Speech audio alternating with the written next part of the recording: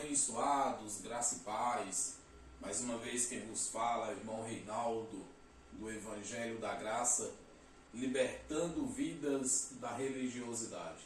Então, estou aqui mais uma vez, você que sempre me acompanha aí nas minhas postagens no YouTube, no Facebook, onde quer que eu esteja postando os vídeos aí do Evangelho da Graça, libertando vidas da religiosidade.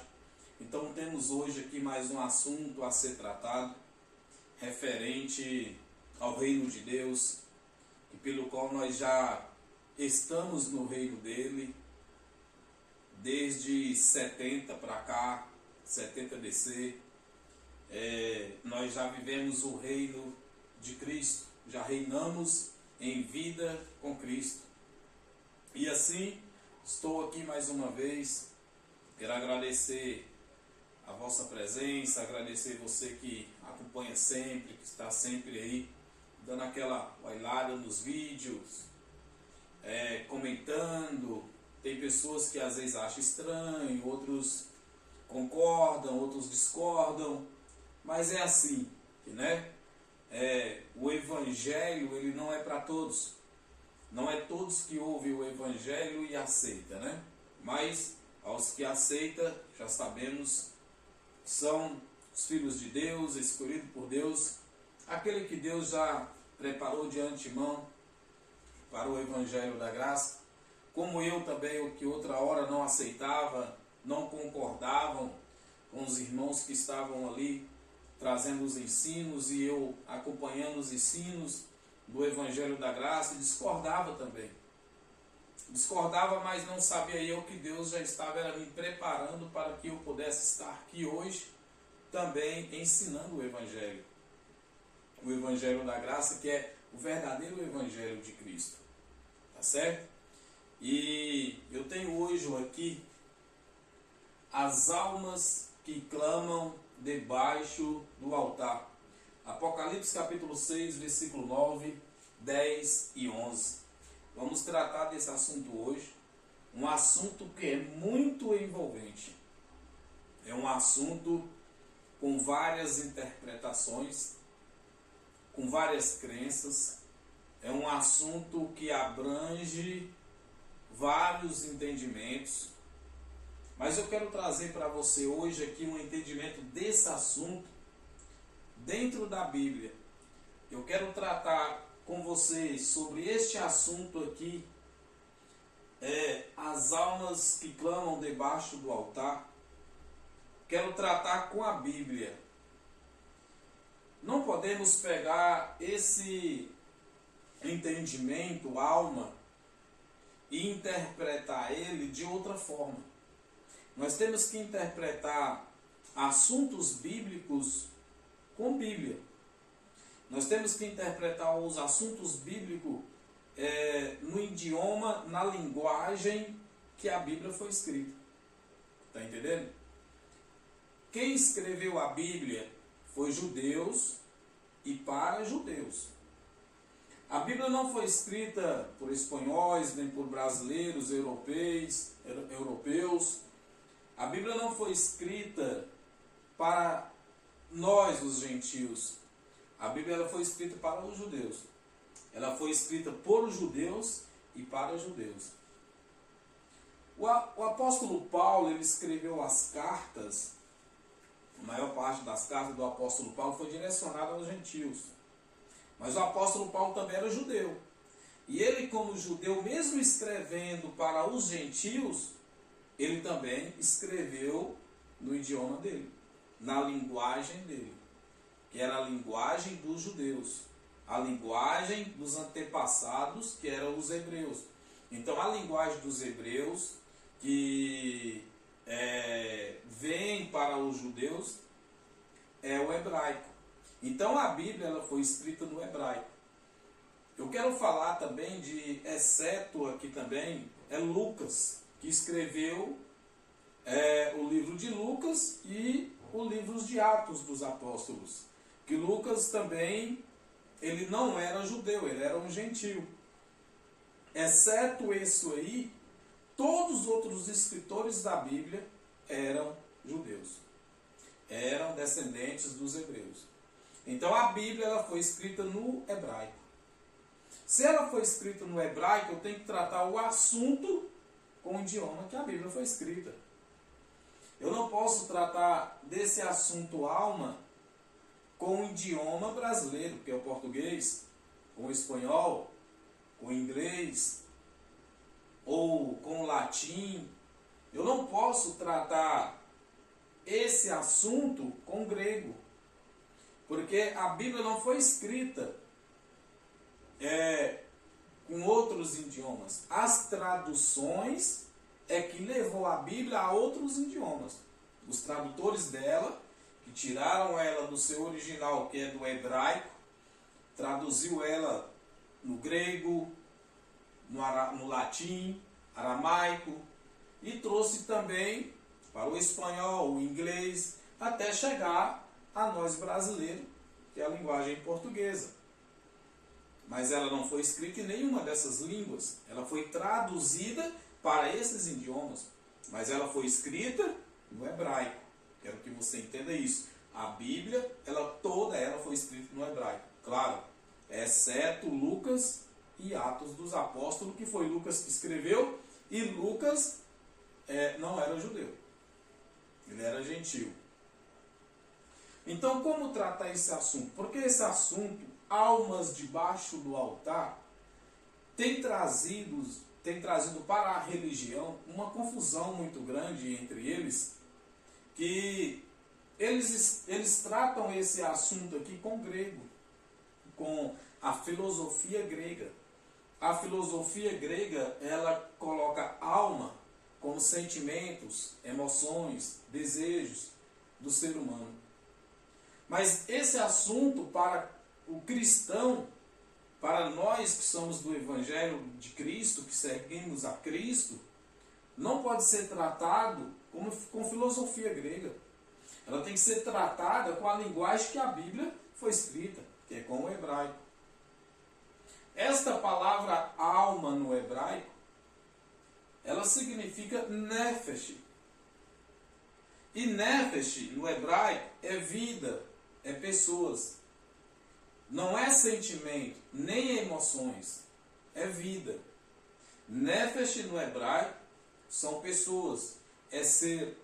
Mas se você pegar também e traduzir no grego também vai dar praticamente quase que a mesma coisa que o hebraico. Vida, ser vivente, você está entendendo? Então não é emoções. Emoções é da filosofia grega. Então eu não posso tratar a Bíblia com filosofia grega. Eu tenho que tratar a Bíblia com o idioma e a linguagem que ela foi escrita. Amém? Vamos entender? Apocalipse capítulo 6, do versículo 9 e 10 em diante. Leia comigo. E havendo aberto o quinto selo, vi debaixo do altar as almas dos que foram mortos por amor da palavra de Deus e por amor do testemunho que deram. Versículo 10. E clamavam com grande voz, dizendo: até quando, ó verdadeiro e santo dominador, não julgas e vingas o nosso sangue dos que habitam sobre a terra? 11. E foram dadas a cada um compridas vestes brancas, e foi-lhes dito que repousassem ainda um pouco de tempo, até que também se completasse o número de seus conservos e seus irmãos que haviam de ser mortos como eles. Então, esta passagem ela é pegada do sistema religioso em geral, os teólogos, pastores, bispos, e levado até o trono de Deus. E lá no altar, eles dizem que tem pessoas, que tem almas lá, que as almas estão lá, debaixo do altar. E que o corpo é algo separado da alma. E que o espírito é outra coisa, a alma é uma coisa, o corpo é outra coisa. Mas que a pessoa morre, e quando ela morre, a alma dela vai para lá e fica clamando. Então eles falam que lá debaixo do altar a alma das pessoas vão estar, não estava, vai estar. Por quê? Porque eu estou falando que eles dizem que vai estar? Porque eles estão esperando a grande tribulação acontecer ainda. O sistema religioso, eles acreditam, eu também acreditava, né? Hoje não acredito mais, porque a Bíblia me trouxe outro esclarecimento. Hoje eu entendo a Bíblia da forma correta. Que a forma correta de entender a Bíblia é entender que a Bíblia foi escrita por judeus e para judeus. E teve uma relação de Deus com o povo judeu. E esta relação chegou ao fim no ano 70. Tá certo? Então hoje eu entendo assim, que isso aqui já aconteceu. Estas almas aqui que estavam debaixo do altar clamando por vingança, já aconteceu. Porém, o sistema religioso, eles estão esperando isso acontecer, esperando Jesus voltar, a grande tribulação, o anticristo, etc, etc, etc. Tá certo? Porém, isso aqui é um evento do passado. É um evento que ficou já para trás. Nós já estamos há 20 séculos desse evento aqui. Este evento aqui, ele aconteceu na grande tribulação. Aqui foram os mortos da grande tribulação, que clamavam por vingança. Mas o sistema, eles pegam a Bíblia de forma literária. O livro do Apocalipse, eles pegam ele de forma literária. Eu não posso pegar esta passagem aqui de forma literária e dizer que tinha almas lá debaixo do altar. Por quê? Porque é um livro escrito por judeus com linguagem de figura, com metáforas, com entendimento judaico. E quem escreveu este livro do Apocalipse foi um judeu, João, preso lá na ilha de Patmos. E João era um judeu. João escreve este livro aqui com aquilo que ele conhecia, que ele entendia, que era do idioma dele, da linguagem dele, do hebraico, com as tradições judaicas, com o entendimento judaico, as linguagens de figuras, as metáforas. Então é um livro escrito com linguagem de figuras judaica. Vamos entender um pouco, depois nós vamos voltar nesse assunto das almas. Por que nós não podemos pegar este livro aqui de forma literária? Acompanha comigo, veja só. Apocalipse capítulo 9, do versículo 6 e 7, diz assim, ó. E aqueles dias os homens buscarão a morte e não a acharão, e desejarão morrer, e a morte fugirá deles. Vamos lá. Versículo 7. E o parecer dos gafanhotos era semelhante ao de cavalos, aparelhados para a guerra, e sobre as suas cabeças havia umas como coroas semelhantes ao ouro, e aos seus rostos eram como rostos de homens. Versículo 8. E tinham cabelos como cabelos de mulheres, e os seus dentes eram como de leão. Isso aqui é a linguagem de figura. Por que é a linguagem de figura? João, ele estava olhando, João, ele estava tendo as visões e com as suas interpretações, ele ia escrevendo de acordo que foi ordenado a ele escrever. Agora eu vou explicar aqui para você. Naqueles dias os homens buscarão a morte e a não acharão, e desejarão morrer, e a morte fugirá deles. Então, e o parecer, a fisionomia dos gafanhotos ali, eram semelhante a de cavalos. Ora, gafanhoto é gafanhoto, cavalo é cavalo. Então já dá para ver aqui uma linguagem de figura de João, de um judeu. Então, não tem gafanhoto com semelhança de cavalo. Você já viu um gafanhoto com semelhança de cavalo? Não tem. Então, aparelhados para a guerra, e sobre as suas cabeças havia umas como coroas, semelhantes a ouro. E os seus rostos eram como rostos de homens. Já viu algum gafanhoto na tua vida com um rosto igual ao rosto de homens? Então, João está tendo uma visão lá na ilha de Patmos, e ele está tendo uma observação sobre o exército romano. João pega essa observação sobre o exército romano. Então João não poderia enviar esta carta para a Ásia, para os irmãos da Ásia, como ele via. Como ele via o exército romano. Porque se ele falasse aqui que era o exército romano, quem estava levando as cartas, que eram soldados do exército romano, poderiam muito bem impedir de que essas cartas chegassem até a Ásia, as 7 igrejas da Ásia. Então João escreve com linguagem de figura. Você quer linguagem de figura? Né?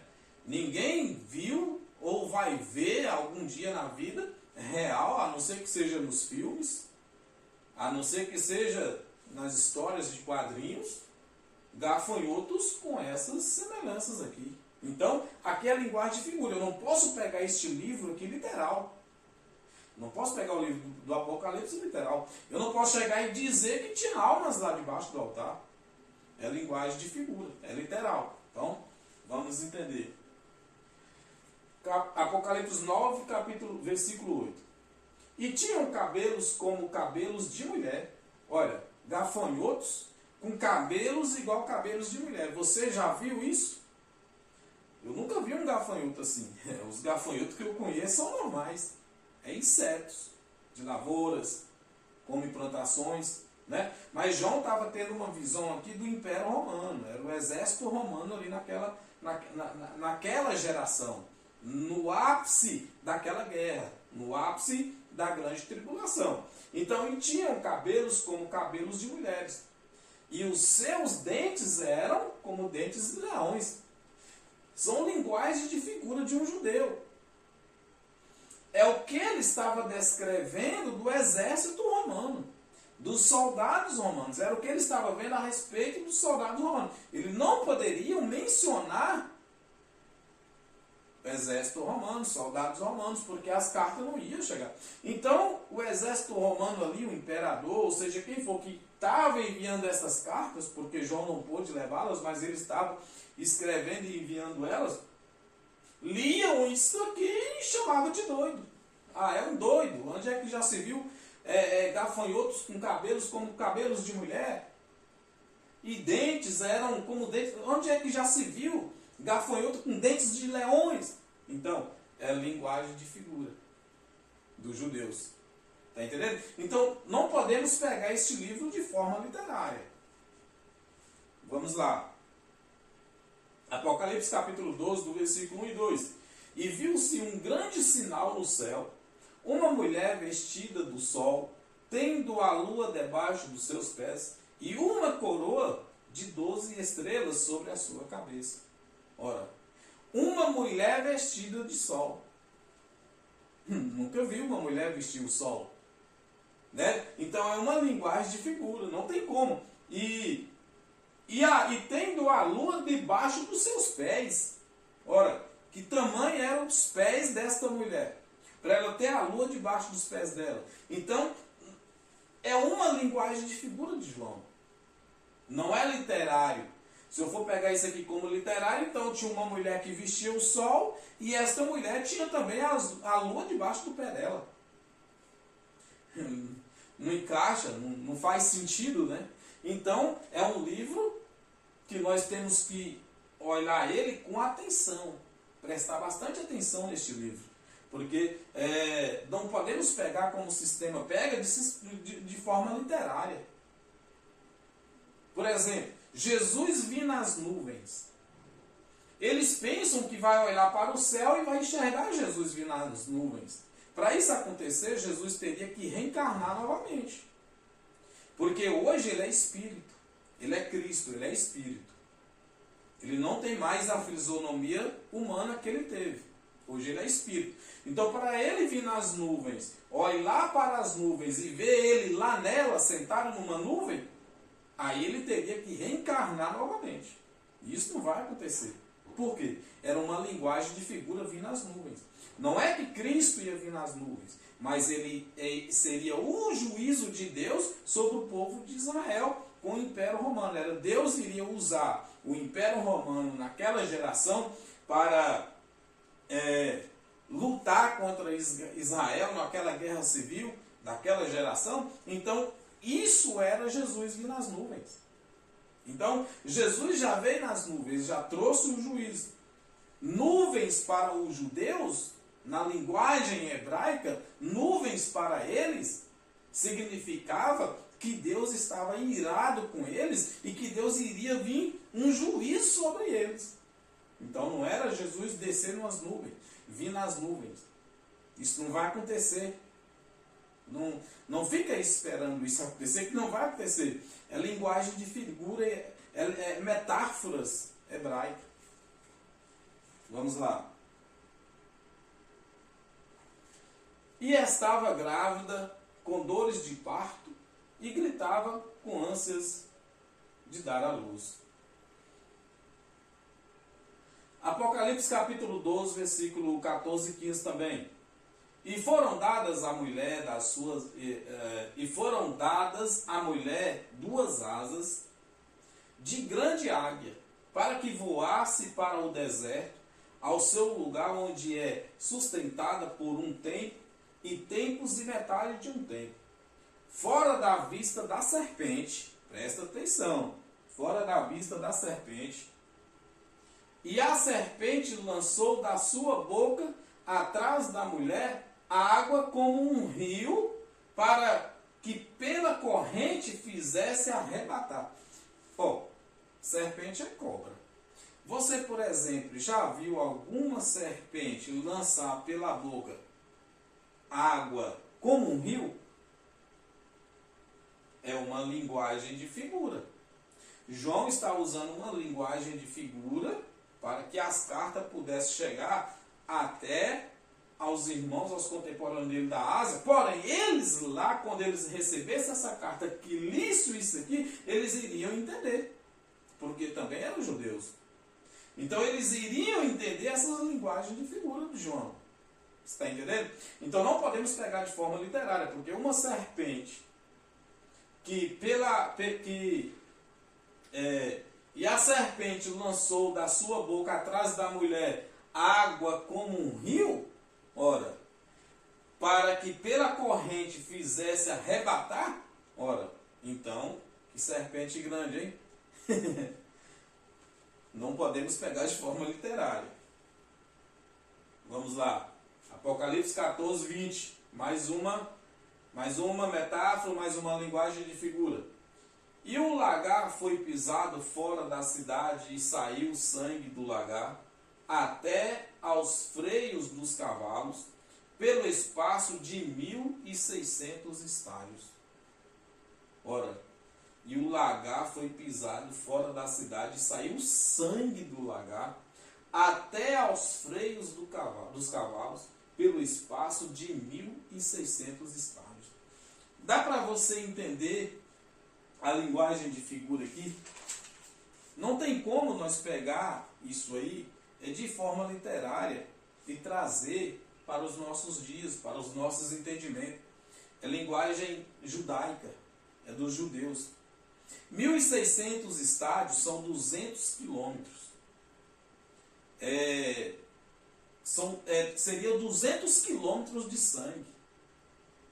Da onde é que iria sair tanto sangue para jorrar por 200 quilômetros? Era 200 quilômetros, 1.600 estágios são 200 quilômetros de sangue. Então, é linguagem de figura, meu irmão, não é literal. Então, nós não podemos pegar de forma literária tudo que está aqui no livro do Apocalipse, porque ele foi escrito por um judeu e para os judeus. Os judeus que iam ler, iam entender a linguagem de figura de João. Amém? Apocalipse 16, 13 diz assim, olha: e da boca do dragão, e da boca da besta, e da boca do falso profeta, vai sair três espíritos imundos, semelhantes a rãs. Então, esta outra linguagem de figura aqui também, espíritos assemelhantes a rãs. Queria sair da onda do falso profeta. Como é que é? E da boca do dragão, deixa eu te perguntar, te fazer uma pergunta. Você já viu dragão por aí voando, para algum lugar por aí voando? Né? É linguagem de figura, da boca do dragão. Aqui era alguém com um poder muito grande. Dragão aqui significa alguém com um poder muito grande. Era alguém poderoso lá naquela geração. Digamos que seria Herodes, né? Herodes, que nós temos o entendimento aqui. Eu já trouxe vídeos explicando a respeito do dragão com a sua cauda que arrastou a terça parte das estrelas do céu. Né? Já expliquei sobre isso aqui. Então, o dragão aqui poderia ter sido alguém lá naquela geração, na guerra ali da grande tribulação, né? E da boca da besta e da boca do falso profeta vi sair 3 espíritos imundos semelhantes a rãs. Ora, espíritos imundos semelhantes a rãs, não tem como pegar isso aqui de forma literária. Para os nossos dias, na vida real, na nossa realidade, não existe isso, nunca vimos.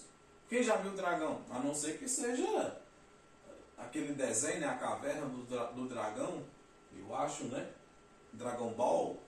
Quem gosta aí de assistir Goku. Então, são linguagens de figura. Então, como é que eu tenho que tratar a Bíblia? Eu tenho que tratar a Bíblia da forma que ela foi escrita, no idioma que ela foi escrita, nas tradições, nas metáforas, nas linguagens de figura dos judeus.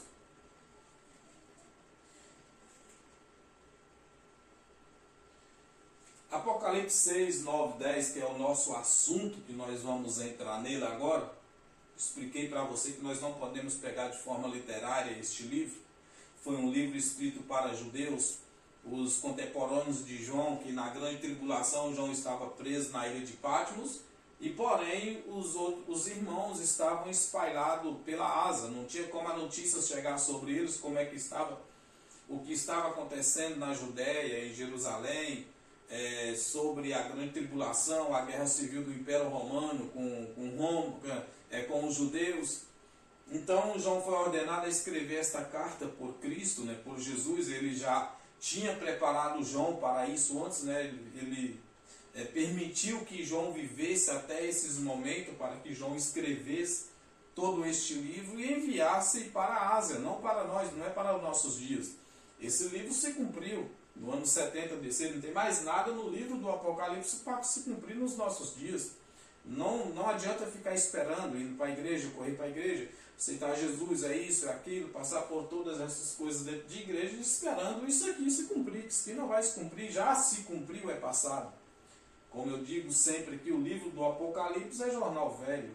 Você que é historiador, professor de história, começa a contar essas histórias aqui, tá certo? Então vamos lá? Versículo 9, capítulo 6. E havendo aberto o 5º selo, vi debaixo do altar as nefeshes, almas, vidas, dos que foram mortos para amor da palavra de Deus e por amor do testemunho que deram. Quem estavam debaixo do altar, clamando por vingança, nefesh, que é alma no hebraico, que é vidas, certo? Então, eram vidas clamando por vingança, debaixo do altar. Debaixo do altar não quer dizer que elas estavam lá no paraíso, no altar lá, clamando por vingança. Pode ser que da terra, nós que estamos aqui na terra, nós estamos debaixo do altar. Nós estamos debaixo do Deus Altíssimo. Daqui nós clamamos a Ele. Quem está lá está vendo alguém aqui embaixo clamando a Ele. Então, estas vidas aqui, isto aqui, alma, não é sentimento, não é emoções, não é desejos. Não era desejos nem emoções das pessoas que estavam clamando. Quem clamava aqui era o sangue dos discípulos, dos apóstolos, dos que estavam sendo mortos na grande tribulação. O sangue deles que clamava. Por quê? Na Bíblia, muitas das vezes, passagens bíblicas aponta para nós essa alma aqui, vida, nefesh, essa vida aqui, o sangue. O nosso sangue é que é a vida. Então o sangue derramado é que clamava. O sangue derramado é que clamava. Por quê? Não é que tinha almas lá debaixo do altar, lá no paraíso, clamando por vingança. Mas o sangue, que é vida, clamava. Como podemos entender? A Bíblia ela mesma não explica isso aqui. A própria Bíblia não explica. Gênesis capítulo 4, versículo 10. Olha o que encontramos de interessante aqui. E disse Deus, que fizeste? Deus está falando com quem aqui? Com Caim. Quem foi Caim? Irmão de Abel. O que Caim fez? Matou Abel. Então, e disse Deus, que fizeste? A voz do sangue do teu irmão clama a mim desde a terra. Então, lá na grande tribulação, o sangue dos que estavam sendo mortos lá com a perseguição do Império Romano, dos soldados naquela guerra, estavam clamando por vingança.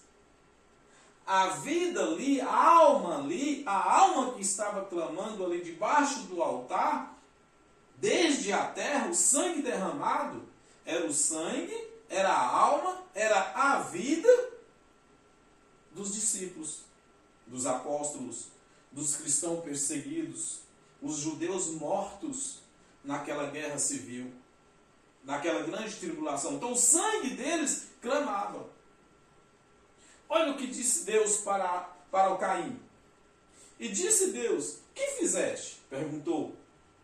A voz de quem? Da vida, nefesh, do sangue, que é o sangue é o que é vida. A voz da vida do teu irmão clama a mim desde a terra. Então, o sangue de Abel ainda clamava. Depois de Abel morto, o sangue dele ainda clamava, derramado na terra, o sangue de Abel clamando a Deus. Então eu não posso interpretar esta passagem alma na Bíblia de forma de filosofia grega, com a filosofia grega. Porque no grego a palavra alma, ela também é traduzida como psique.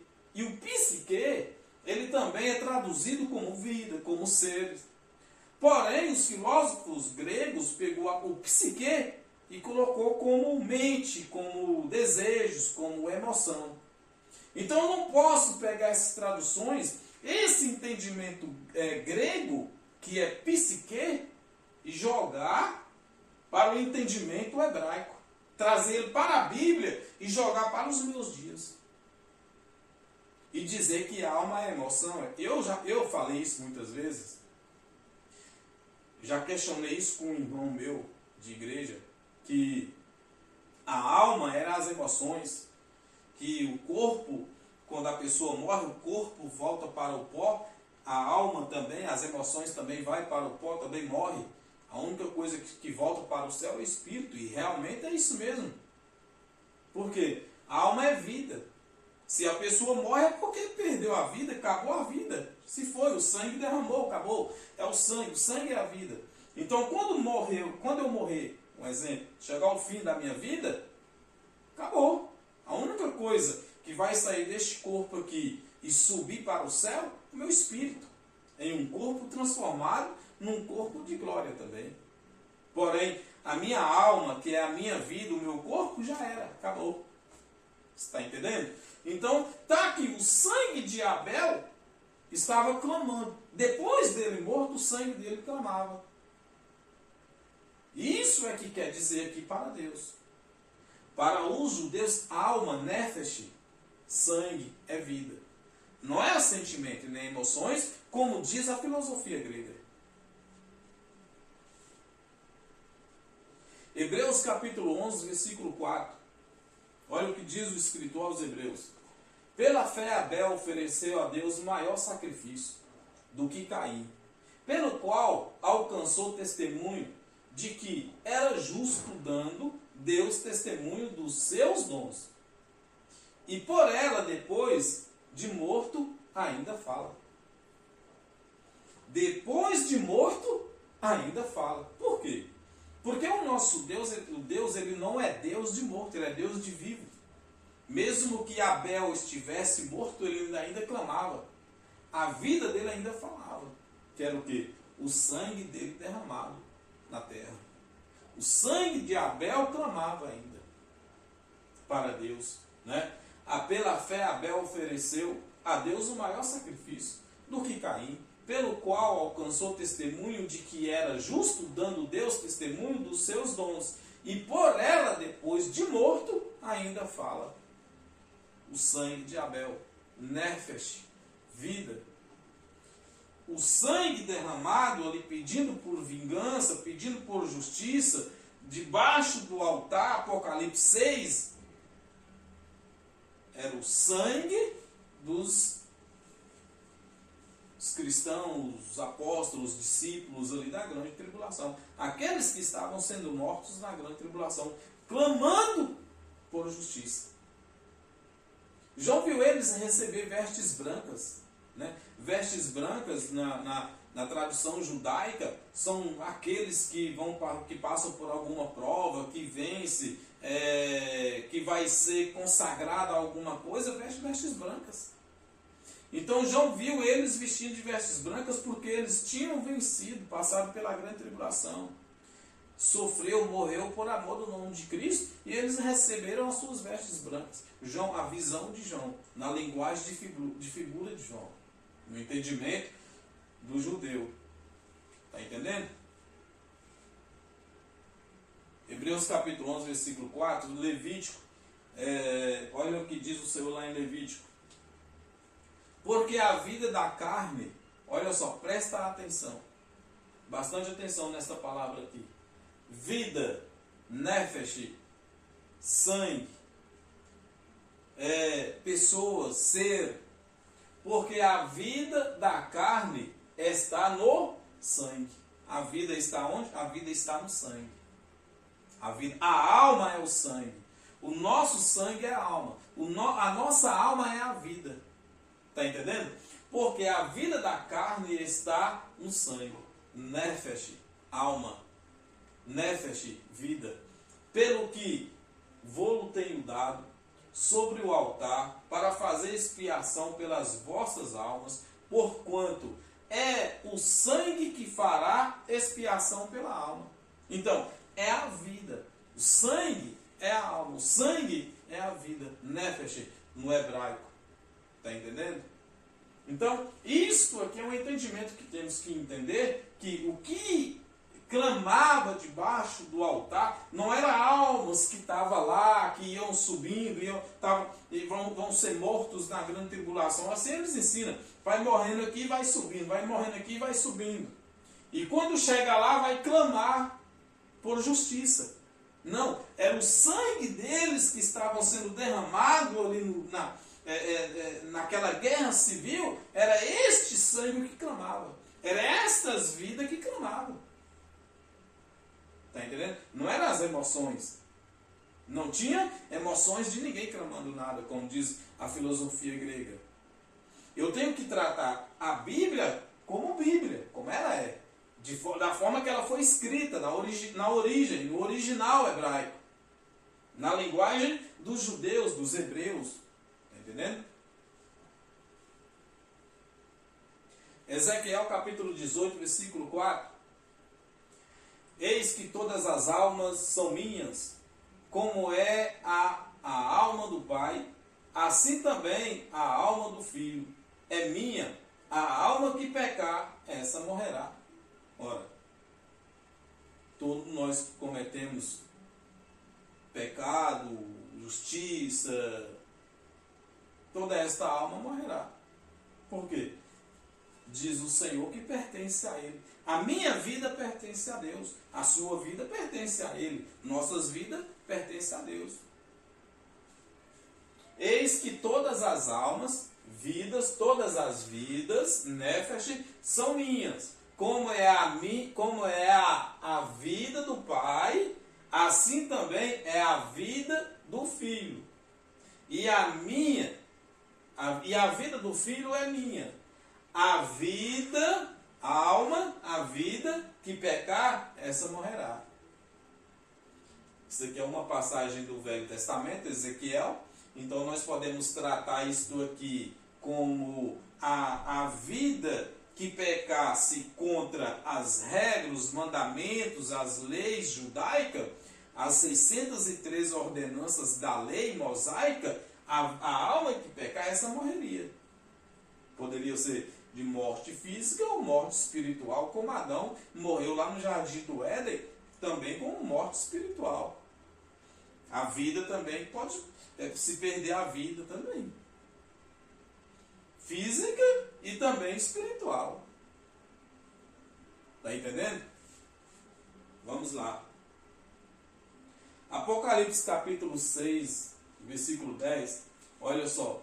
E clamavam com grande voz, dizendo: até quando, ó verdadeiro e santo dominador, não julgas e vingas o nosso sangue dos que habitam sobre a terra? Quem estava clamando? Quem? Até quando? Irmão Reinaldo, eram as almas dos que vão ser mortos na grande tribulação, que nós estamos esperando vir. Por exemplo, tem crentes aí, os pré-tribulacionistas, eles dizem assim, que Jesus vai voltar antes da grande tribulação. Esses são os pré-tribulacionistas. Eles dizem que eles não vão passar pela grande tribulação. Porém, Jesus vai vir arrebatar a igreja e levar com ele. Mas, porém, os que ficarem aqui, que são os crentes desviados, esse é o entendimento meu, que eu tinha. E aí esse é o entendimento dos evangélicos, dos religiosos. Eles falam que os que subir com Cristo, os que for arrebatado e levado para o céu, vai ficar livre da grande tribulação. Mas os que não for, vai ficar aqui. E vai ser perseguidos e mortos. E a alma deles vai gritar, clamar, subir lá, a alma deles vai chegar lá no céu, ficar lá debaixo do altar, clamando por vingança. É assim que eles entendem. Entendeu? É assim que eles entendem.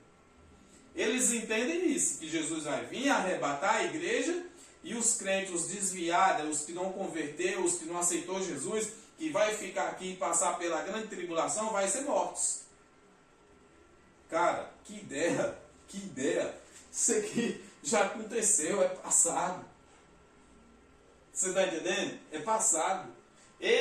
Quem clamava aqui era o sangue dos discípulos, dos apóstolos, dos cristãos que foram perseguidos na grande tribulação da guerra civil do Império Romano contra os judeus.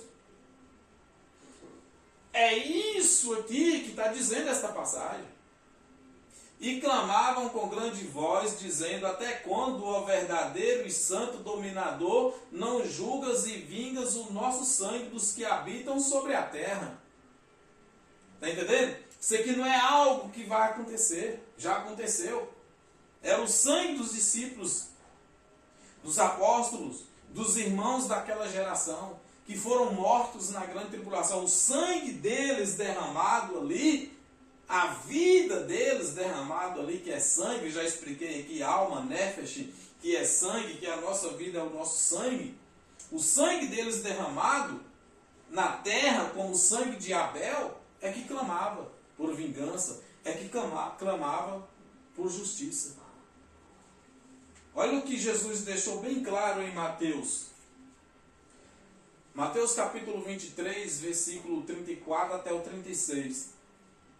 Portanto, eis que eu vos envio profetas, sábios e escribas. E a uns deles matareis, e crucificareis, e a outros deles açoitareis nas vossas sinagogas. E os perseguireis de cidade em cidade. 35. Para que sobre vós caia todo o sangue justo que foi derramado sobre a terra, desde o sangue de Abel, o justo, até o sangue de Zacarias, filho de Baraquias, que mataste entre o santuário e o altar. 36. Em verdade vos digo que todas estas coisas irão de vir sobre esta geração. Qual é esta geração aqui? Nós já estamos cansados de explicar isso aqui, né? Várias e várias. Em todos os nossos estudos que trazemos a respeito de grande tribulação, vinda de Cristo, está se referindo à geração dele lá.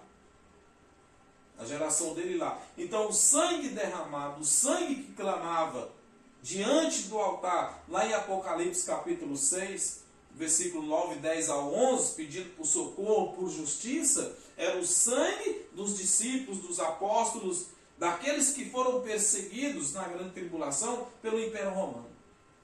Foram mortos ali. Então, esse sangue aqui não é de grande tribulação o que vai acontecer. Eu expliquei sobre os pré-tribulacionistas, mas tem também os pós-tribulacionistas. Os pós-tribulacionistas, eles acreditam que aqueles que vão estar clamando ali, é o sangue dos santos que vão ser mortos na grande tribulação, porque Jesus vai voltar depois da grande tribulação. Eles dizem que a igreja vai passar pela grande tribulação. Olha só para você ver a confusão entre eles, os teólogos. Eu tenho que vir aqui, né, até erro aqui no português, porque não tem uma formatura teológica, um grau teológico, e nem quero me formar em teologia, nem quero fazer teologia, além da que eu já fiz, porque eu já fiz teologia antes, mas não me serve para nada, teologia não presta para nada, não serve para nada teologia, só presta para enganar as pessoas e iludir as pessoas. Mas os teólogos dos pós-tribulacionismo, eles dizem que Jesus vai voltar depois da grande tribulação. Que toda a igreja, os salvos, os não salvos, os convertidos, não convertidos, vai passar pela grande tribulação. E vão ser mortos, e os que foram mortos, é o sangue deles, é a vida deles, a alma deles que vai subir e vai chegar lá no altar, debaixo do altar de Deus, e clamar por vingança. Encaixa isso? Não tem como. Foi passado, Jesus já avisou os discípulos, já tinha até avisado eles. Em verdade vos digo que todas estas coisas hão de vir sobre esta geração. Esta geração aqui, pretérito do presente, era a geração de Cristo lá. Cristo estava falando com aquele público lá. Era aquela geração. Nós já estamos há 20 séculos dessa geração que Jesus falou aqui, ó. Então todos esses acontecimentos do livro do Apocalipse é um livro do passado, a Bíblia é passada, não tem nada na Bíblia para cumprir nos nossos dias. Amém? Fica esse entendimento para você aí, me acompanhe, continue me acompanhando, vou trazer mais estudos aqui. O próximo estudo eu creio que vai ser sobre... O próximo estudo me fugiu da mente aqui, mas o próximo estudo vai ser sobre aquela passagem de Apocalipse capítulo 3, 20, que fala bem assim, estou às portas e bato.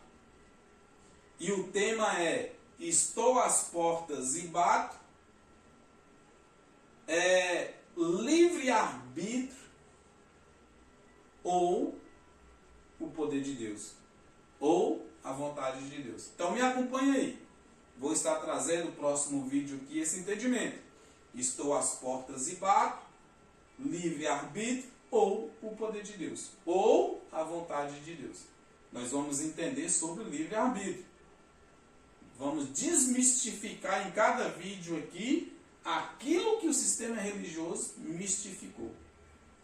E colocou como medo na vida das pessoas. O Evangelho da Graça traz graça e liberdade, paz no Espírito, amor, vida. E o sistema religioso traz medo e assombramento para a vida das pessoas.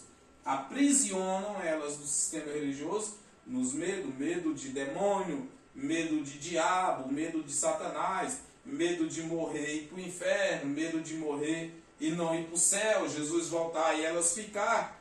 É para isso que serve o sistema religioso, para amedrontar as pessoas, para colocar medo na vida das pessoas. Porém, o Evangelho de Cristo, o Evangelho da graça, nos traz liberdade e liberdade de vida. Amém?